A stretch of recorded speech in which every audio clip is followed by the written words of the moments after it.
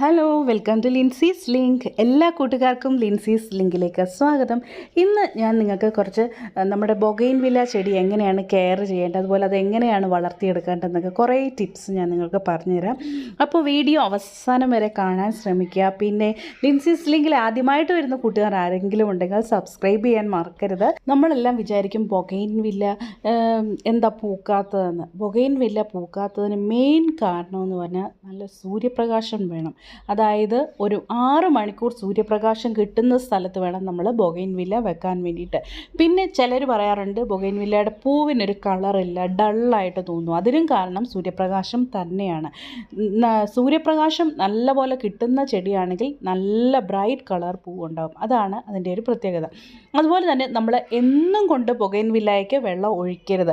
വെള്ളം ഒഴിച്ചു കഴിഞ്ഞാൽ ഗ്രീൻ ഗ്രോത്ത് ആയിരിക്കും കൂടുതലായിട്ട് ഉണ്ടാകുന്നത്. അതായത് കൂടുതൽ ഇലകളായിട്ട് വരും, പൂക്കൾ വളരെ കുറവായിരിക്കും. അതേസമയം ഈ ചെടി കണ്ടാൽ നിങ്ങൾക്ക് മനസ്സിലാകും വളരെ കുറച്ച് വെള്ളം മാത്രമേ ഇതിന് കിട്ടാറുള്ളൂ. അത് കണ്ടാൽ തന്നെ മനസ്സിലാകും നിറയെ പൂക്കളുമായിട്ടാണ് നിൽക്കുന്നത്. പിന്നെ നല്ല രീതിയിൽ സൺലൈറ്റ് കിട്ടുന്ന ഒരു ഏരിയ കൂടിയാണ് ഇത്.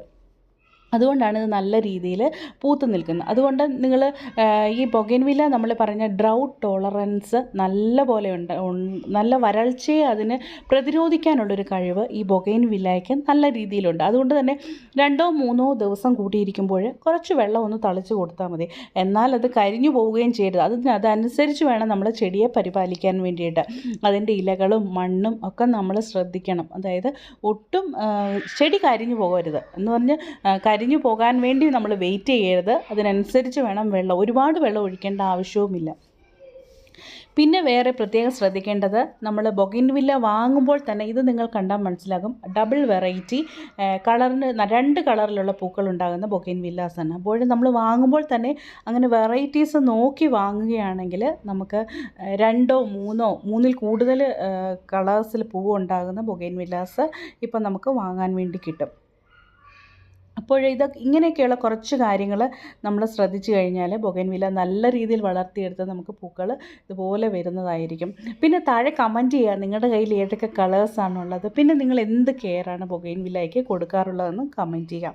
പിന്നെ ബൊഗെയിൻവില്ലയുടെ പ്രത്യേകതയെന്ന് പറഞ്ഞാൽ ഇതിന് നമുക്ക് ഓൾ സീസൺ നമുക്കിതിന് നമുക്ക് കാണാൻ സാധിക്കും. കാരണം ഒരേ ഒരു കാര്യം മാത്രം മതി, നല്ല സൂര്യപ്രകാശം വേണം. പിന്നെ നമ്മൾ 19 അതുപോലെ തന്നെ ഫ്ലവറിങ് ഫെർട്ടിലൈസേഴ്സ് നമുക്ക് വാങ്ങാൻ കിട്ടും. അത് കെമിക്കൽ ഫെർട്ടിലൈസേഴ്സ് ആയിരിക്കും. അത് കുറച്ചിട്ട് കൊടുക്കുകയാണെങ്കിൽ നല്ല രീതിയിൽ നമുക്ക് പുഷ്പിക്കുന്നത് കാണാൻ സാധിക്കും.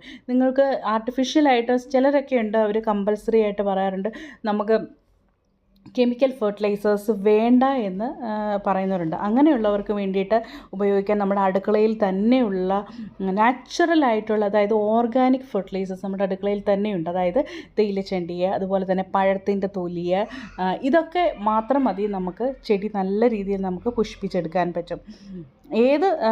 അങ്ങനെയുള്ള കാര്യങ്ങൾ, പഴത്തൊലി, അതുപോലെ തന്നെ ഫിഷ് അമിനോ ആസിഡ് ഫെർട്ടിലൈസേഴ്സ്, അതൊക്കെ നമുക്ക് നല്ല രീതിയിൽ ചെടികൾക്ക് പൂക്കൾ ഉണ്ടാകുന്ന ഫെർട്ടിലൈസേഴ്സാണ്. പിന്നെ ഈ ബൊഗെയിൻവില്ലയ്ക്ക് തന്നെ സ്പെഷ്യലൈസ്ഡ് ഫെർട്ടിലൈസേഴ്സ് ഞാൻ നേരത്തെ പറഞ്ഞ പോലെ കെമിക്കൽ ഫെർട്ടിലൈസേഴ്സ് വാങ്ങാൻ കിട്ടും.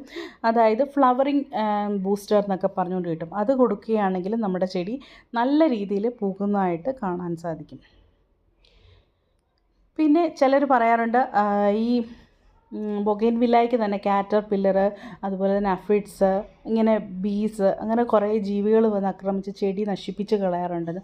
അപ്പോൾ നമ്മൾ എപ്പോഴും ചെടിയുടെ ഇലയുടെ അടിഭാഗവും മുകൾ ഭാഗവും എല്ലാം എപ്പോഴും നമ്മൾ വാച്ച് ചെയ്യണം. എന്തെങ്കിലും അറ്റാക്ക് അതുപോലെ നമ്മൾ കാണുന്നുണ്ടെങ്കിൽ അപ്പോൾ തന്നെ ആഴ്ചയിൽ ഒരിക്കൽ എന്ന രീതിയിൽ നീം ഓയിൽ മാത്രം സ്പ്രേ ചെയ്ത് പ്രിവെൻറ്റീവായിട്ട് നമ്മളങ്ങ് ചെയ്യുക.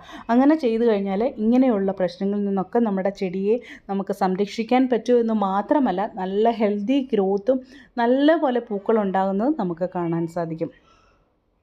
ലീഫ് കട്ടർ ബീസൊക്കെ ഉണ്ട്, അതൊക്കെ വന്ന് നമ്മുടെ ചെടിയുടെ ഇല കട്ട് ചെയ്ത് കളയുകയും ചെടി നശിപ്പിക്കും. അന്നേരം ഇതിന് വേണ്ടിയിട്ട് നീം ഓയിൽ സ്പ്രേക്കകത്തോട്ട് ജസ്റ്റ്, അതായത് 1 ലിറ്റർ വെള്ളം എടുക്കുക, ഒരു ഫ്യൂ ഡ്രോപ്സ് 2-3 തുള്ളി നീം ഓയിൽ ഒഴിക്കുക, അതിലേക്ക് ഒരു 1-2 തുള്ളി സോപ്പ് സൊല്യൂഷനും കൂടെ ഒഴിച്ചു. ഒരുപാട് സോപ്പ് സൊല്യൂഷൻ കൂടാൻ പാടില്ല, 1 ഡ്രോപ്പ് മതി 1 ലിറ്റർ വെള്ളത്തിന്. അത് നമ്മൾ പ്രിവെൻറ്റീവായിട്ട് ഒഴിച്ചു കൊടുക്കുന്നത് വളരെ നല്ലതാണ്. പിന്നെ നമ്മുടെ മണ്ണിൻ്റെ കാര്യം പറയുകയാണെങ്കിൽ മണ്ണിൽ നമ്മൾ കൊക്കോപിറ്റ് ചേർക്കുകയാണെങ്കിൽ ചട്ടിക്ക് വെയിറ്റ് കുറയും. മണ്ണ് മാത്രമാണെങ്കിൽ നമുക്ക് പൊക്കി വേറൊരു ഭാഗത്തേക്ക് മാറ്റി വെക്കാൻ കുറച്ച് ബുദ്ധിമുട്ട്. അതുകൊണ്ടാണ് കൊക്കോ പിറ്റ് ചേർത്ത് നടുകയാണെങ്കിൽ ബൊഗൈൻവില്ല നല്ലപോലെ നമുക്ക് കിളിപ്പിച്ചെടുക്കാൻ പറ്റും. പിന്നെ ഇപ്പോൾ നമുക്ക് കരിയിലയൊക്കെ ഉള്ള സമയമായതുകൊണ്ട് പോട്ടിംഗ് മിക്സിൽ കൂടുതൽ കരിയില നമ്മൾ ഉൾപ്പെടുത്തുകയാണെങ്കിൽ വെയിറ്റ് വളരെ കുറവായിരിക്കും. നമുക്ക് ഈസി ആയിട്ടത് നമുക്ക് ഫ്ലവർ ഉള്ള ടൈമിൽ കൊണ്ട് വീട്ടിൻ്റെ ഫ്രണ്ട് വശത്തും സിറ്റ് ഔട്ടിലും ഒക്കെ വെക്കാൻ പറ്റും. അതുകൊണ്ട് നമ്മൾ ഇതിൻ്റെ പോട്ടിംഗ് മിക്സ് നമ്മൾ പ്രിപ്പയർ ചെയ്യുമ്പോൾ തന്നെ വളരെ വെയ്റ്റ്ലെസ് ആയിട്ടുള്ള മെറ്റീരിയൽ, ഫുള്ള് മണ്ണ് നിറയ്ക്കാതെ അതിലേക്ക് കരിയിലകൾ അതുപോലുള്ള മെറ്റീരിയൽസൊക്കെ കൊക്കോപ്പീറ്റൊക്കെ ചേർത്ത് നടുകയാണെങ്കിൽ നമുക്ക് വളരെ സൗകര്യമാണ്. അല്ലെങ്കിൽ ഇത്രയുള്ള വെയിറ്റൊക്കെ നമ്മൾ എടുത്ത് പൊക്കുമ്പോൾ തന്നെ ബാക്ക് പെയിന് അതുപോലുള്ള നടു ഉളുക്കുകയും അങ്ങനെയൊക്കെ വരാനുള്ള ചാൻസ്. അതുകൊണ്ട് തന്നെ നമ്മളിതിൻ്റെ മണ്ണ് പ്രിപ്പയർ ചെയ്യുമ്പോൾ ഇങ്ങനെയുള്ള കാര്യങ്ങൾ ശ്രദ്ധിക്കുകയാണെങ്കിൽ ഒത്തിരി നല്ലതാണ്. അപ്പോൾ ഈ ബൊഗൈൻവില്ല നമുക്ക് പല രീതിയിൽ നടാൻ പറ്റും. ഒന്ന്, നിങ്ങൾക്ക് ചിലർക്ക് സംശയമുണ്ട് ഈ ബൊഗൈൻവില്ല നമുക്ക് ചട്ടിയിൽ മാത്രമേ നടാൻ പറ്റൂ എന്ന്. അങ്ങനെയല്ല, നമുക്ക് ബൊഗൈൻവില്ല ചട്ടിയിൽ നടാം, അതുപോലെ മണ്ണിൽ നട്ടുവെക്കാം.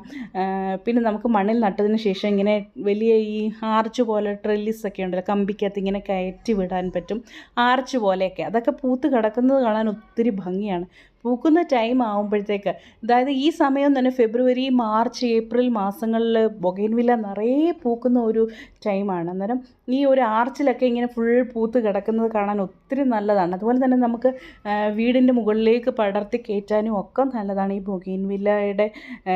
ബൊഗൈൻവില്ല. അതിൻ്റെ പൂക്കളും ഒരുപാട് കളേഴ്സ്, നമുക്കിഷ്ടമുള്ള കളറിലുള്ള ചെടി വാങ്ങി വെച്ചിട്ട് ഇങ്ങനെ കയറ്റി വിടാൻ ഒത്തിരി നല്ലതാണ്.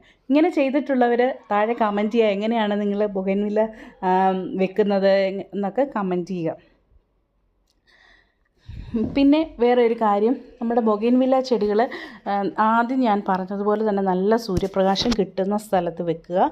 പിന്നെ നമ്മൾ ഈ പൂക്കുന്ന സമയമാകുമ്പോൾ നല്ലപോലെ ഫെർട്ടിലൈസർ ഇട്ട് കൊടുക്കുക. ഓക്കെ, അപ്പോൾ ഇതുവരെ വീഡിയോ കണ്ടതിൻ്റെ എല്ലാ കൂട്ടുകാർക്കും ഒരു ബിഗ് താങ്ക് യു. അപ്പോൾ നമുക്ക് വേറൊരു വീഡിയോയുമായി വീണ്ടും കാണാം. Till then take care, by.